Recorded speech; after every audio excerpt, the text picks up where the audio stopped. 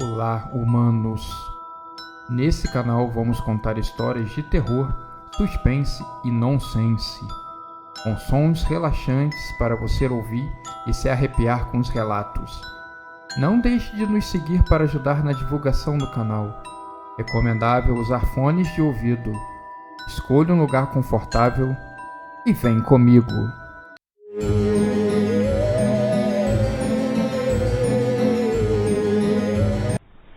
Era o dia mais esperado pelas crianças.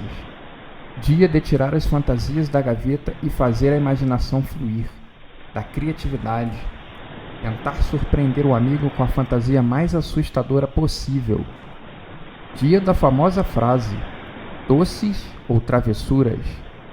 Voltar de noite para casa com a bolsa cheia de bombons e balas. Como é bom ser criança! As casas do bairro já estavam decoradas com abóboras, esqueletos, monstros e tudo mais para assustar. As pessoas montaram mesas e cadeiras na rua, uma confraternização nesse revigorante feriado. As crianças reunidas e preparando as suas travessuras, para o caso de não ganharem doces. Rebeca era uma menina tímida. Sempre ficava atrás do irmão Plínio, que era um ano mais velho. Ele era o líder dos amigos da rua. Já tinha mentalmente traçado uma rota dos pedidos de doces. Ele apontou o caminho e as crianças o seguiram. Rebeca segurando Tutu, um pequeno tubarão de pelúcias que ela sempre carregava para todos os cantos.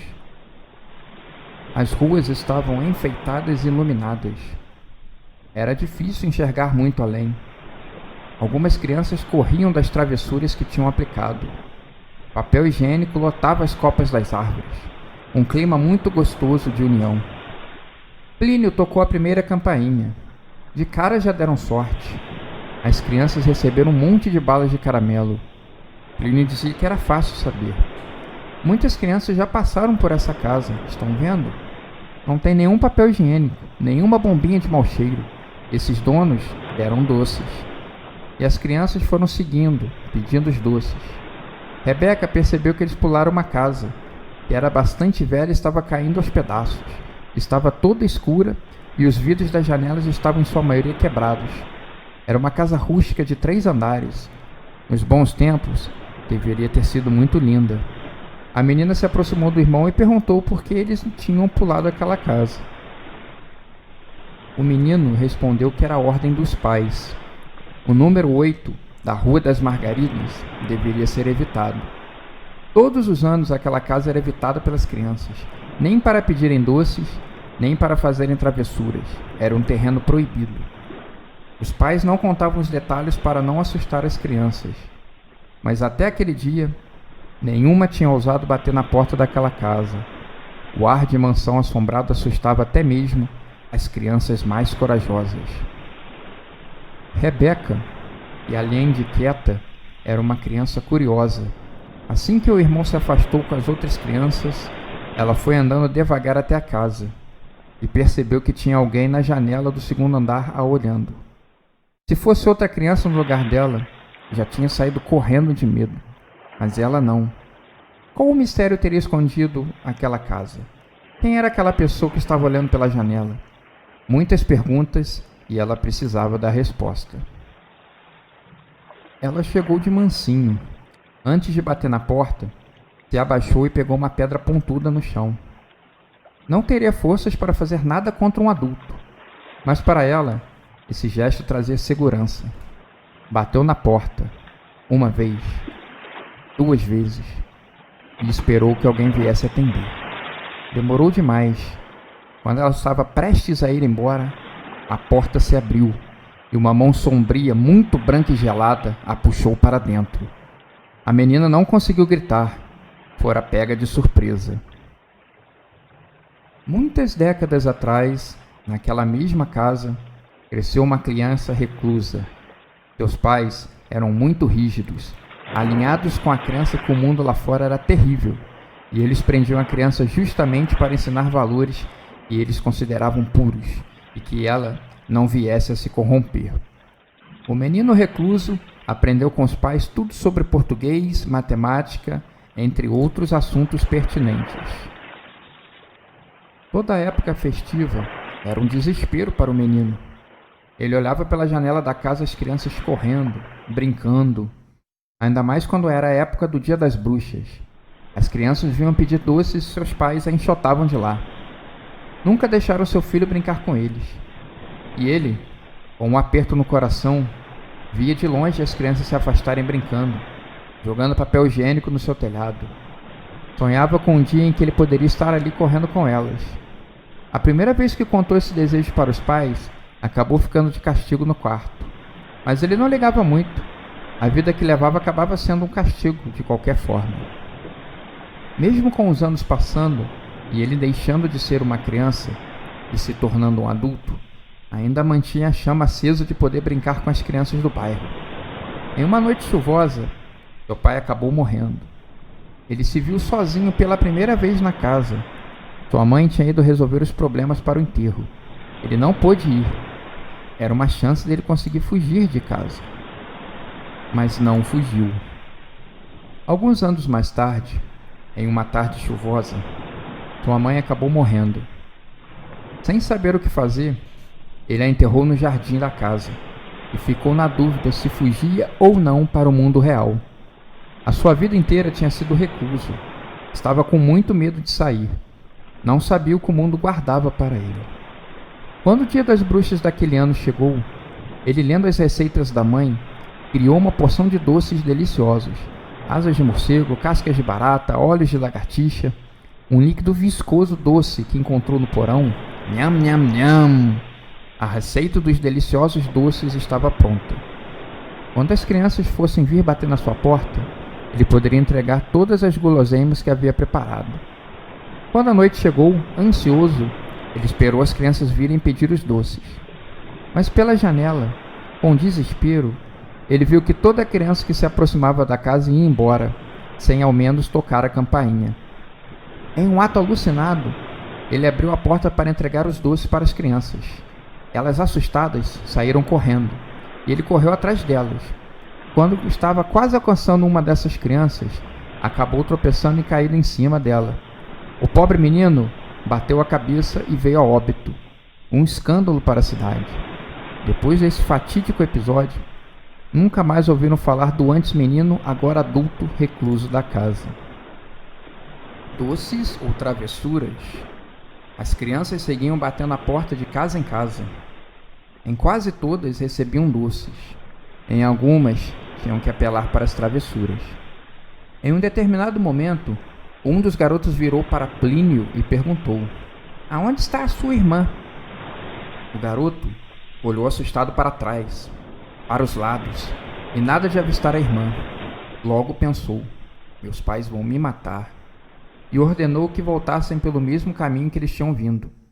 Eles olhavam atentamente para ver se encontravam Rebeca. Plínio gritava a plenos pulmões o nome da irmã. Perguntava a qualquer criança que visse na rua se vira uma menina com um tubarão na mão. Não obteve resposta. Quando a esperança já estava virando a esquina para se esconder atrás da montanha, um dos garotos viu o tutu da menina caído na entrada da casa proibida. Os meninos levaram a mão na testa. Não é possível. Plínio pediu que corressem nas mesas dos adultos e contassem o problema. Na sua mente, primeiro pensava na segurança da irmã. Em segundo, no castigo colossal que ele teria que enfrentar depois. Seus pais teriam que entender. As crianças são curiosas.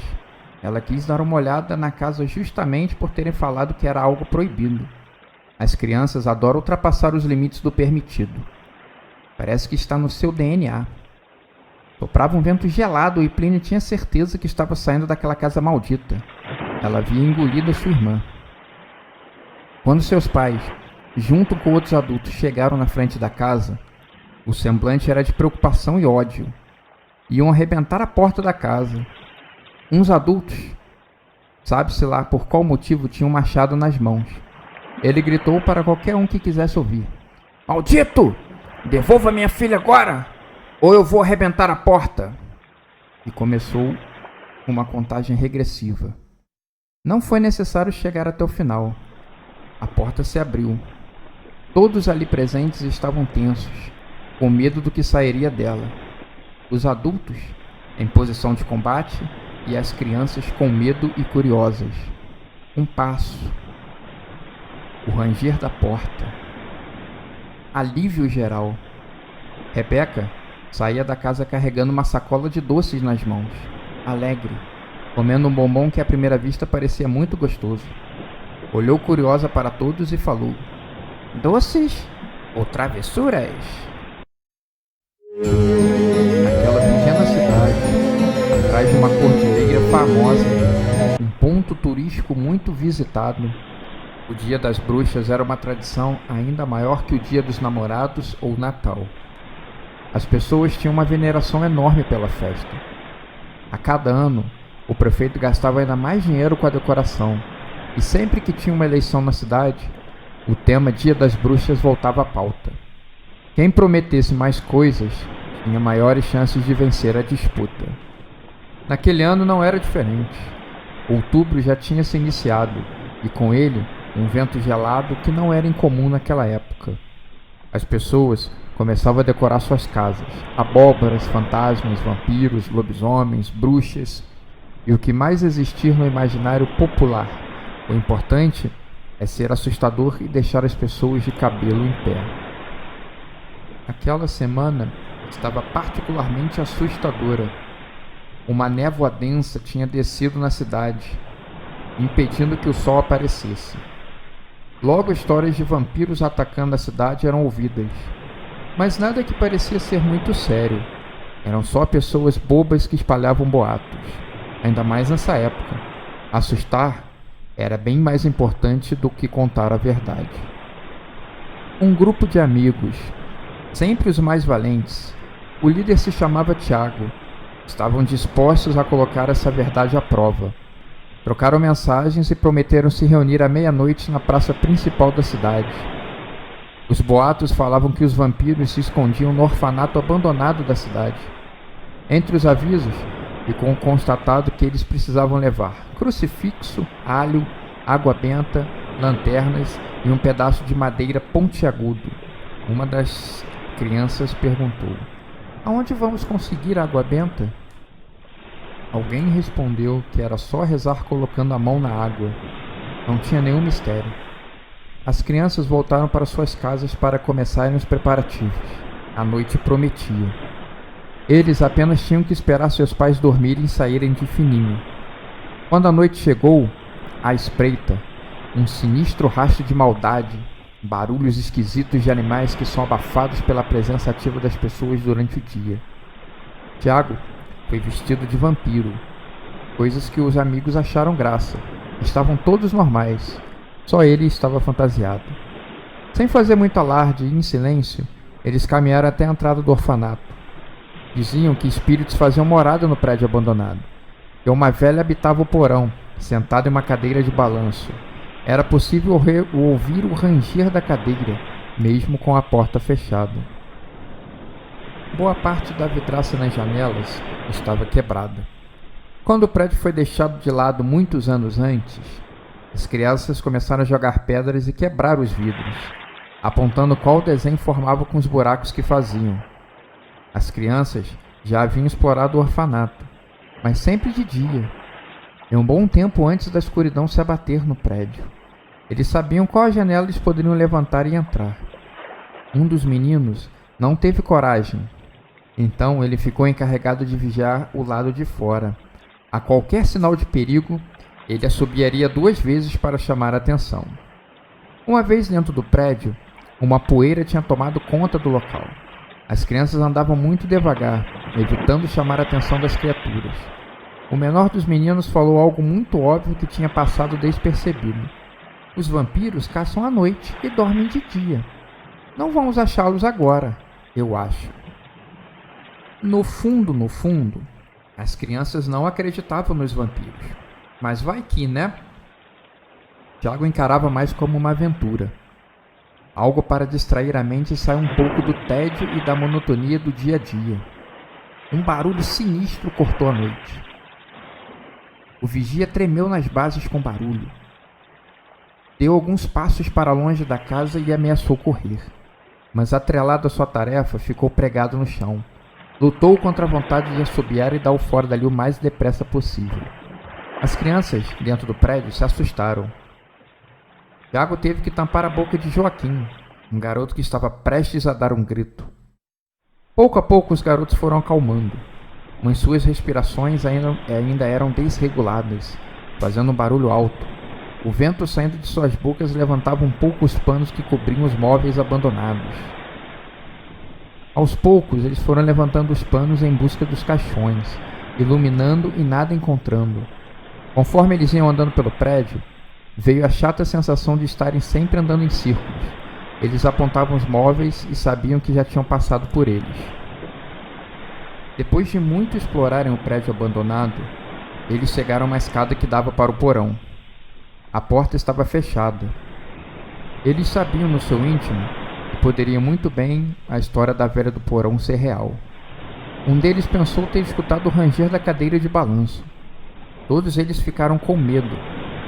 Para não perder o controle de liderança, Tiago disse que ia descer na frente. Ele foi iluminando a escada imunda até a porta. Pouco a pouco, eles foram descendo os degraus. Tiago fechou os olhos e abriu a maçaneta.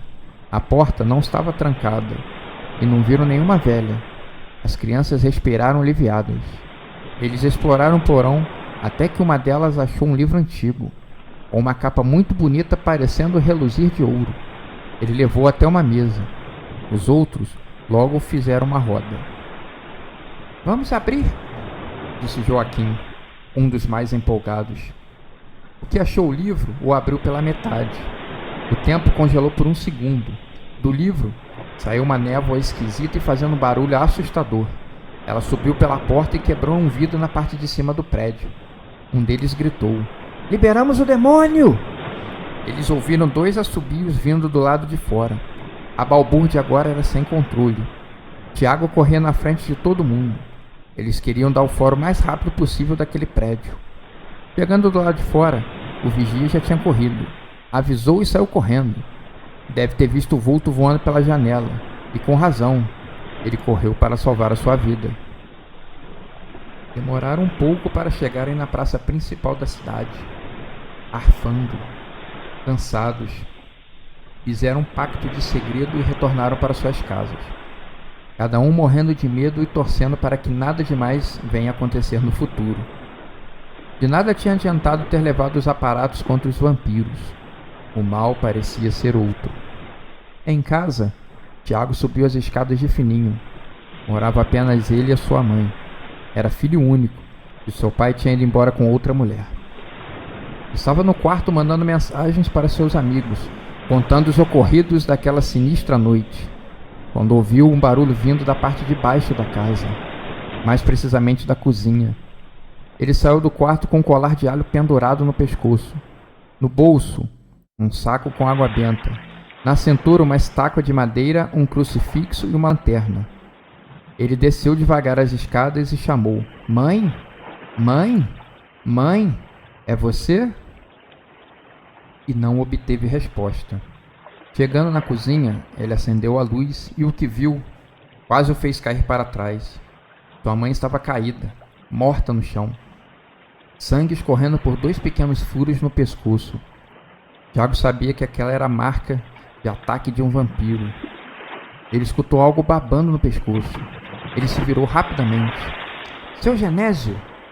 Era um professor da sua escola. Ele sempre achou que aquele professor de história era muito estranho. Sempre andava mal arrumado e fedendo a bebida. Agora ele estava se afastando da criança, apreensivo. Tiago notou que ele estava com medo. Sentia um misto de ódio e tristeza pela perda da mãe. Sabia que não tinha como buscar ajuda agora, mas ele estava em vantagem. Ele apontou o crucifixo para o vampiro. Estava enfraquecido pelo odor do alho. Justo no lugar que ele morderia Tiago, o alho estava ali. Tiago colou a cruz na testa do vampiro, e ele gritou, urrou. A criança jogou água benta, sem resposta. Não tinha sido consagrada por um padre. O vampiro começou a riar, foi abaixando o corpo, até ficar de joelhos. O menino, sem hesitar, puxou a estaca de madeira e fincou no coração do vampiro. Bastou apenas um pouco de força para o vampiro cair morto e desintegrar em poeira. De noite, vieram buscar o corpo da sua mãe. Ele contou a versão do que tinha acontecido para a polícia. Nenhum policial acreditou no relato daquela criança. Não acharam o corpo do vampiro. E o seu Genésio, ele tinha sido encontrado bêbado em casa, vestindo uma cueca de super-herói e alegando não ter cometido crime nenhum. A criança, amparada pelo pai que tinha chegado para buscá-la, escutou um barulho forte vindo como um relâmpago no céu. Quando olhou, viu um vulto com a cabeça de abóbora voando entre as nuvens. Em sua cabeça, Tiago ouviu a seguinte frase: "Feliz Dia das Bruxas", e uma risada macabra, acompanhando essa frase no final.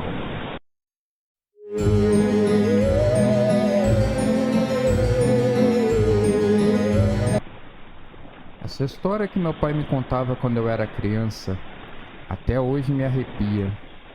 Ainda mais quando eu vejo um novo forasteiro na cidade montando alguma loja, seja ela de qualquer tipo. Me aguça um sexto sentido de policial. Tenho sempre que dar uma passada por lá, fazer vigia, pedir documentos, só por segurança. Mas não vou demorar muito, já começarei a relatar o que meu pai me contou. Volta no tempo muitos anos.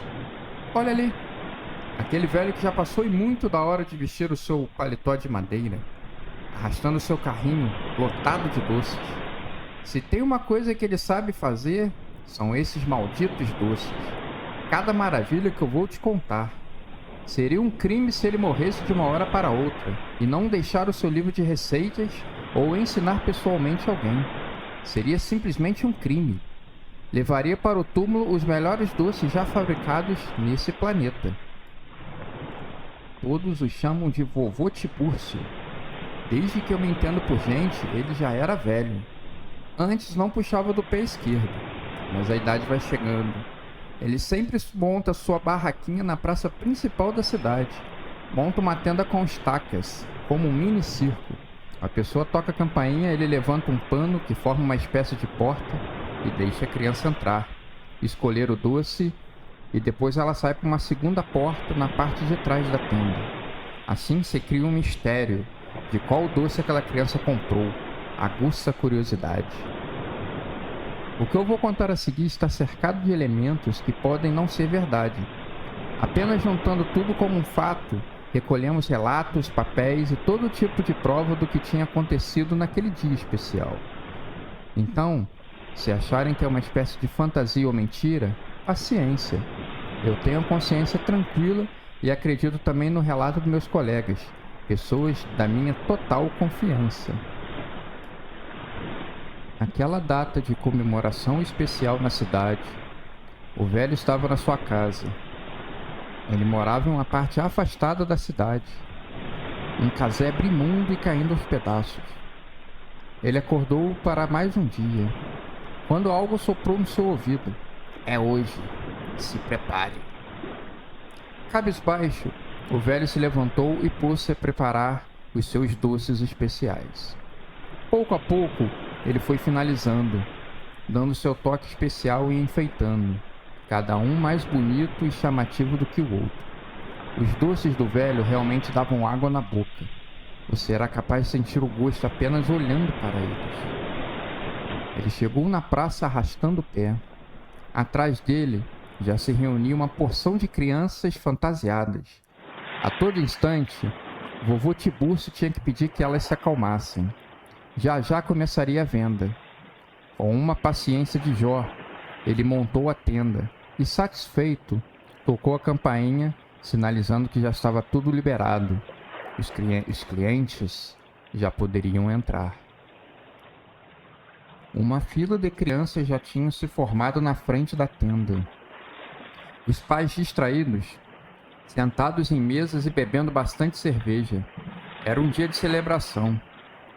Uma a uma, as crianças foram entrando na tenda. Dizem que o velho forçou as crianças a comerem os doces ainda dentro da tenda. Outras dizem que as coisas aconteceram depois. Nunca saberemos. O certo é que as crianças entraram na tenda, compraram os doces e nunca mais foram vistas. Depois que os adultos prestaram um pouco mais de atenção aos seus filhos, perceberam que todos eles tinham sumido.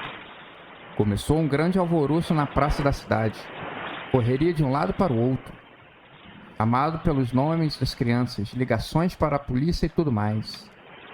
Antes que a confusão se instaurasse na cidade, vovô Tiburcio já tinha ido embora para sua tenda. A polícia, alertada, rapidamente começou uma busca por pistas do que poderia ter acontecido. E não demorou muito para chegar à conclusão que o velho doceiro que arrastava o pé tinha alguma culpa no cartório. Viaturas da polícia rapidamente se deslocaram para o seu casebre. Nessa parte da narração, eu tenho que dizer que fiquei dentro de uma viatura. O que se sucedeu a seguir fora contado pela detetive Solange, que foi a primeira a bater no casebre, sem resposta. 2 outros policiais arrombaram a porta. O que eles viram era para deixar todo mundo cabreiro, com medo até de olhar para a própria sombra. No meio da sala, o velho mexia um caldeirão enorme, borbulhante e exalando um fedor insuportável. Quando os policiais mandaram que o velho se entregasse e não tentasse nenhuma gracinha, ele mergulhou de cabeça dentro do caldeirão. Uma imagem que fez o detetive virar o rosto com nojo.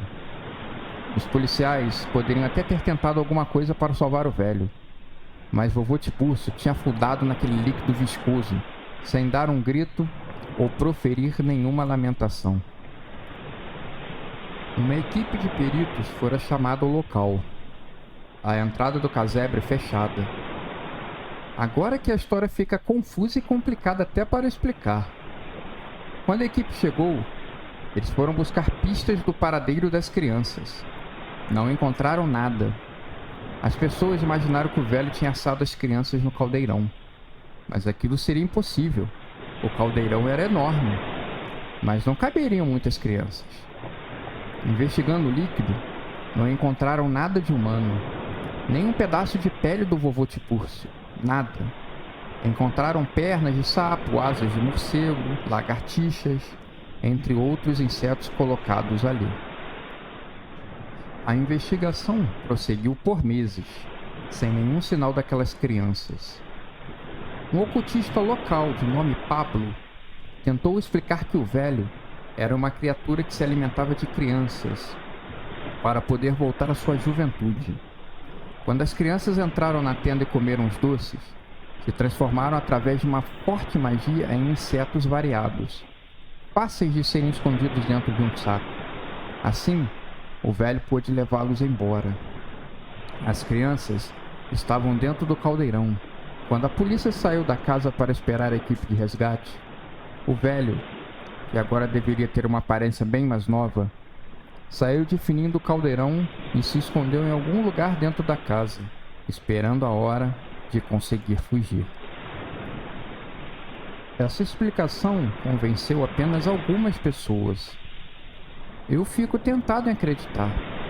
Já se passaram anos e anos e nenhum sinal do paradeiro das crianças. Alguma coisa sempre fica para trás. Nesse caso, nem um fio de cabelo. Muito estranho. Meu pai acabou morrendo no ano passado. Se eu tivesse uma chance de jogá-lo no caldeirão para que ele voltasse a ser jovem, talvez eu faria. Brincadeiras à parte, hoje eu vi um rapaz novo na cidade vendendo cocada. Vou dobrar a atenção. Dizem que o raio não cai 2 vezes no mesmo lugar, mas eu não quero pagar para descobrir isso.